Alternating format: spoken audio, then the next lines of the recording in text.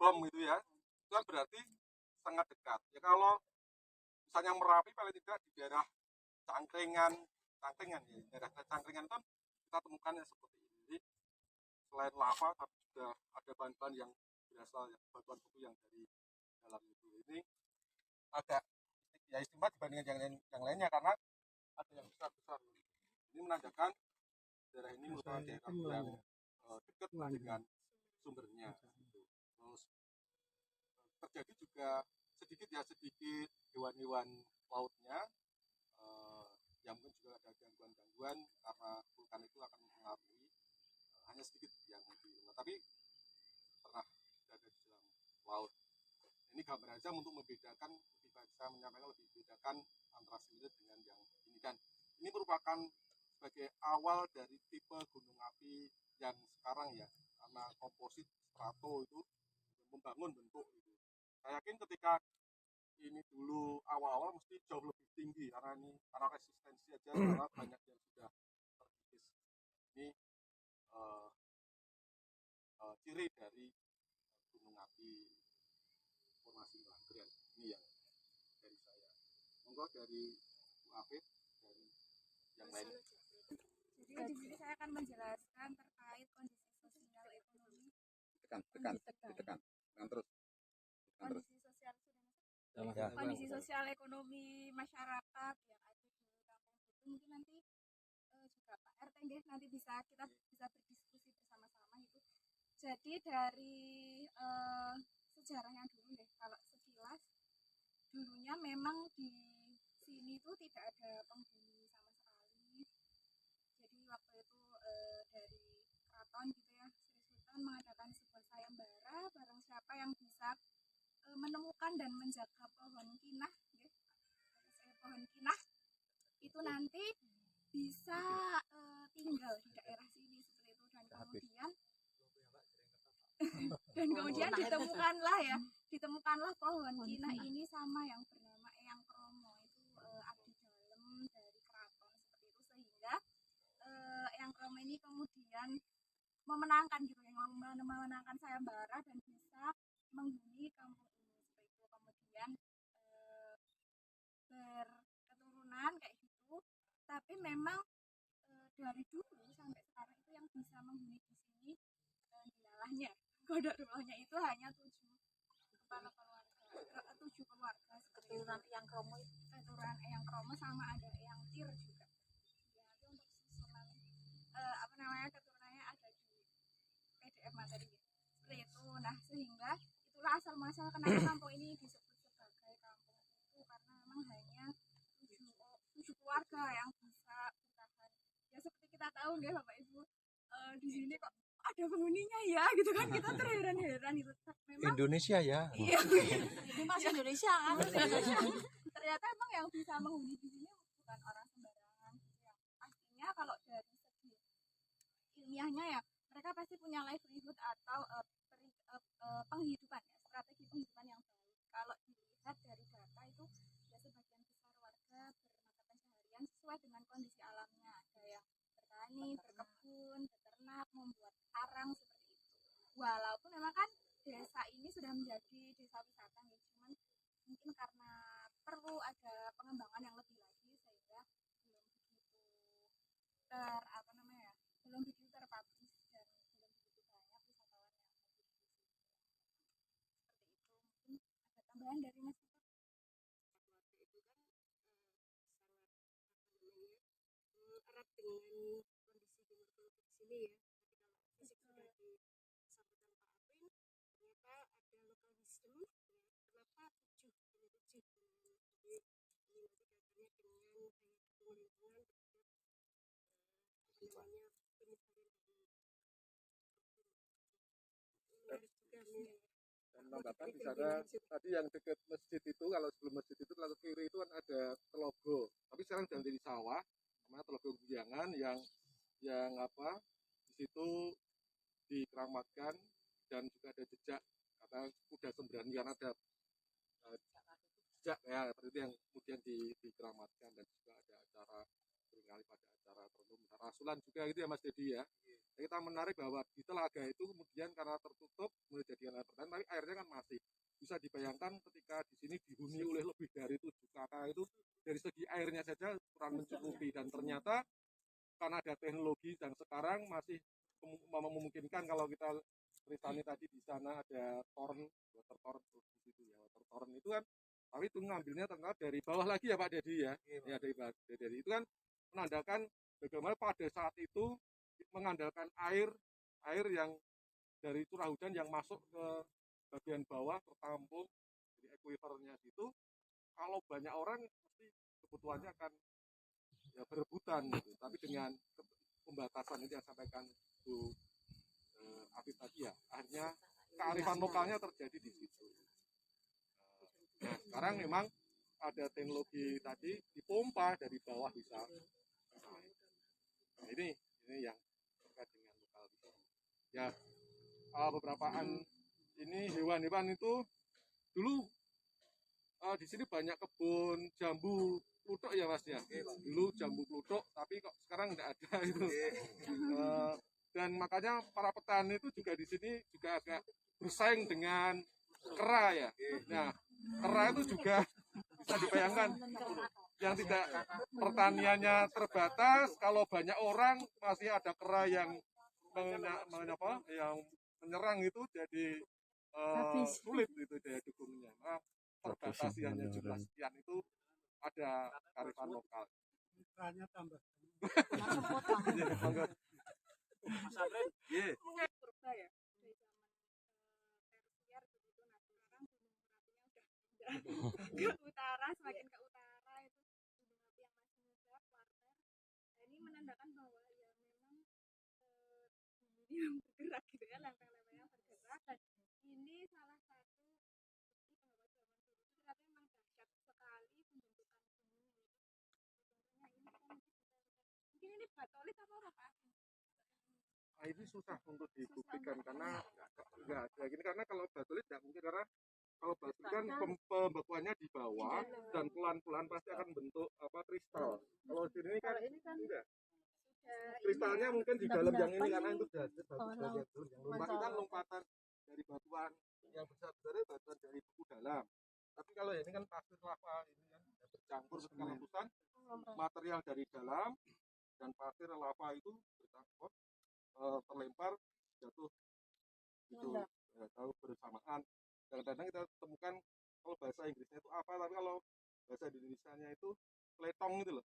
Jadi kotoran sapi ya. Jadi kalau ada misalnya lumpur apa dilempar terus agak mendingin, tapi kalau sampai itu kan nyepret gitu loh. Nah, nyeprot itu jadi kayak gitu itu kan kayak pletong. Nah, itu seringkali ditemukan bahwa ini susah tadi saya sampaikan beda dengan wedi ombo. Wedi ombo itu bagian pipanya itu jadi pantainya itu yang kelihatan terkikis ya.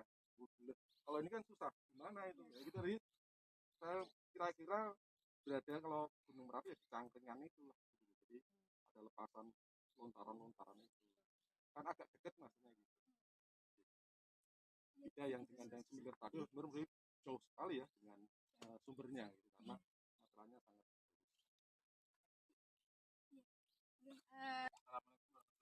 Waalaikumsalam warahmatullahi wabarakatuh. Nama saya Jawan. Saya di sini sebagai kepala RT dari Kampung Tujuh ini masuk ke Perdukuhan Langgeran Wetan, Desa Langgeran, Kecamatan Patok. Kami di sini di Kampung Tujuh ini memang terdiri hanya dari 7 kepala keluarga. Kalau dari cerita-cerita nenek moyang, Kampung Tujuh ini pertama kali yang babat alat itu memang yang Kirot Bromo, karena ya memang ini seperti yang dijelaskan dari sayembara tadi, beliau memang menemukan pohon naga tumulung dan menjaga para penduduk. Terus di Kampung Tujuh ini disusul oleh adiknya dari yang Kirot Bromo yang nama Mbak Teh. Jadi di Kampung Tujuh ini yang menghuni dari keturunan yang Kirot Bromo sama yang Teh. Kalau sebelum-sebelumnya memang di Kampung Tujuh ini terkenalnya sebagai Desa Tlogo. Desa Tlogo karena memang di sini ada telaga, menggunakan telaga Guyangan tadi, memang yang konon itu dijadikan sebagai tempat untuk memandikan kuda-kuda.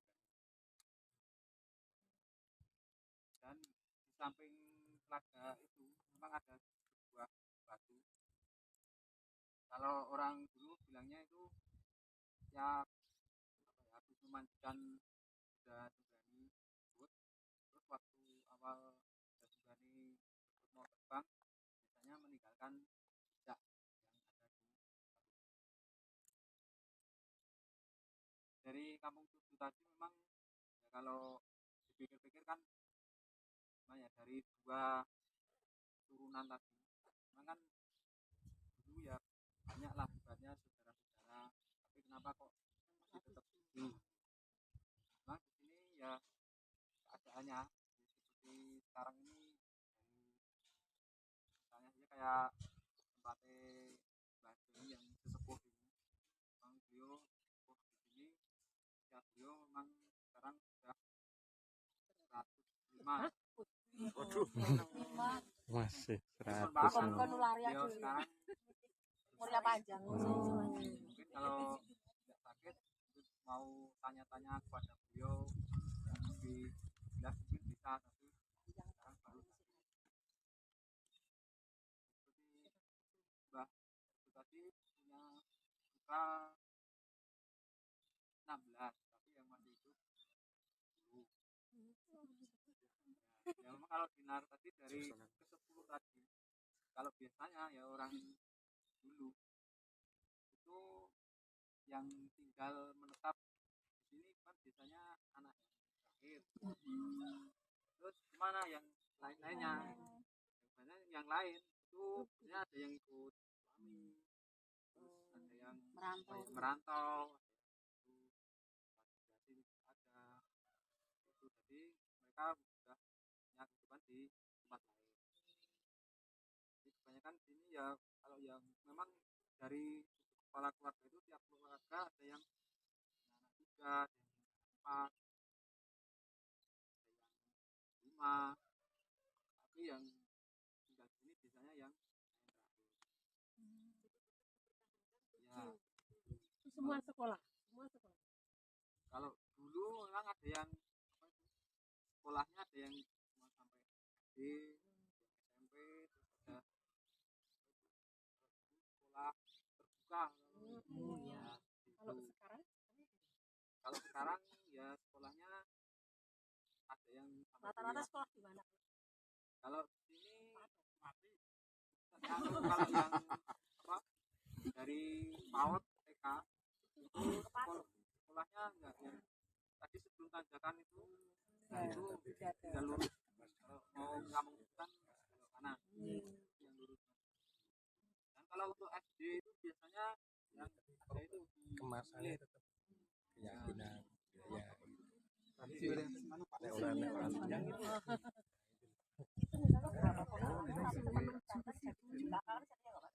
kalau untuk SMP itu Roro. ya kalau di Ngororo itu di ada terus SMK-nya itu yang di Putat Mbak Yun. ya seperti Rasulan itu setiap tahun. Malah kedudukin. Rasulan itu diadakan Aku mau tahu. pada harinya Senin Legi, bulannya bulan besar. Tapi kalau orang tua bilang kalau misalnya bulan itu kok Senin Legi itu tanggalnya itu entah tanggal 6 maupun tanggal apa yang Oke. itu nanti ya Mundurin. ya biasanya dimundurin lagi atau apa. Saya mingguan mboten enten, Mas. Mingguan itu ada ya. Minggu Jumatan. Cuman Amit ya. itu masih kalau biasanya ngomong entah itu ngomong bayi entah itu bikin rumah Tulisannya kurang. entah itu beli mobil baru atau apa itu juga masih. Kalau melepas dari Fasilitas kurang.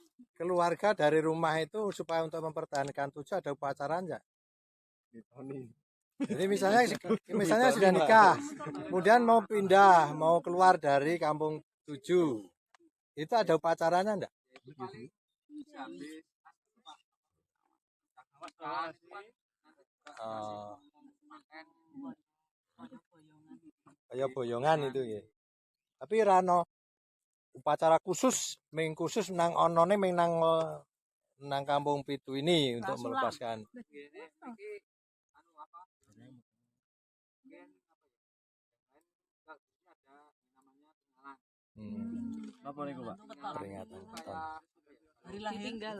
ya kalau orang Peringatan. biasanya mungkin Ulang tahun. Ya, hari lahir, hari lahir. Ning nganggo pasaran. Pasaran. di pasaran. Pasarannya apa pilih? Ya pon pagi kliwon iki paing. Oh, Senin. Tergantung Bu. Apa nang kene jebit. Men ngirit orang anu terus.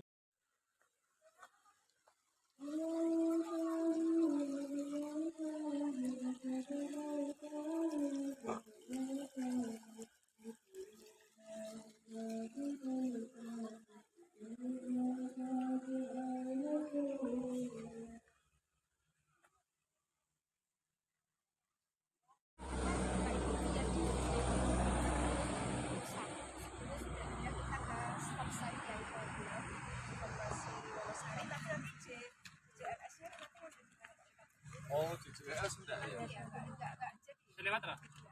Gimana Pak Tri?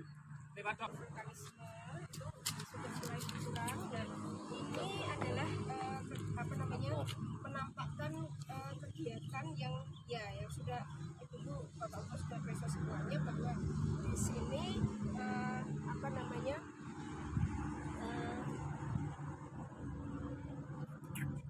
apa ya kalau kita analogikan itu sebenarnya adalah pembentukan pada waktu kegiatan gunung api itu benar-benar berhenti. Jadi boleh kita katakan kalau saya di sini menuliskannya adalah nothing to do with eruption. Jadi sudah tidak ada kegiatan gunung api. Disinilah apa namanya bukti penampakan morfologi yang jelas. Ini ada apa namanya conical hill foto. Ini masak dan bukan lautan yang bergerak. Terus nanti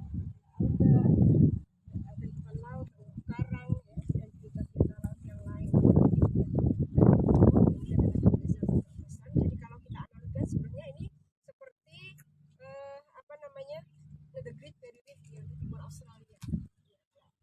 Mau membayangkan seperti itu.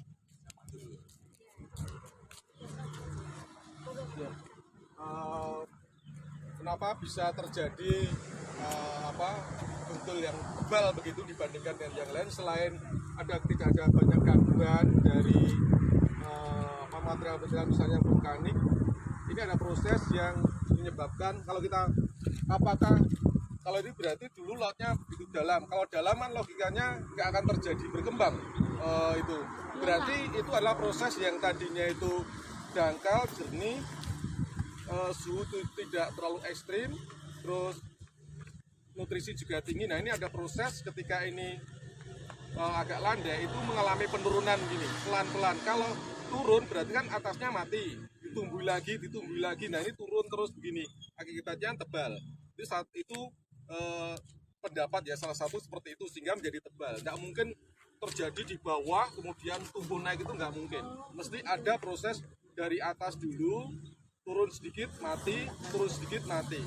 Atau ada juga ini tidak terlalu tebal, tetapi karena terlalu miring banyak longsoran gitu loh, jadi tebal. Ini menandakan bahwa tapi kalau saya pendapat yang mungkin yang satu itulah yang karena proses penenggelaman pelan-pelan itu, sehingga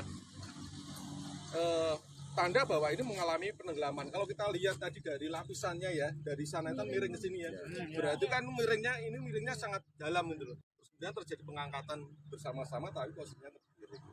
Nah, itu satu. Kemudian kalau kita lihat kan sangat luas, dikatakan 60% dari Kabupaten Gunung Kidul itu merupakan kawasan formasi Wonosari, dan karena cirinya lebih dari 250, ketebalan lebih dari 250, maka berkembanglah ada karsnya itu ya, kars. Kemudian juga iklim mendukung. Kars itu ditandai tadi yang disampaikan oleh Bu Afif, ada exokars berarti kenampakan yang di luar ini, tapi juga ada kenampakan yang endokars berarti di dalam stalaktit, dan juga macam-macam sungai bawah tanah itu.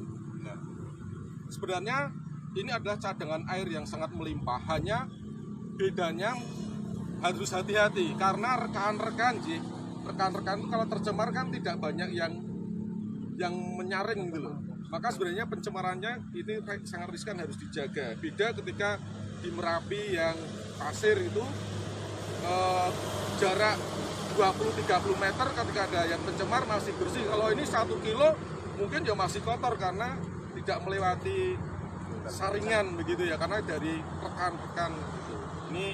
Ini yang dari kars itu.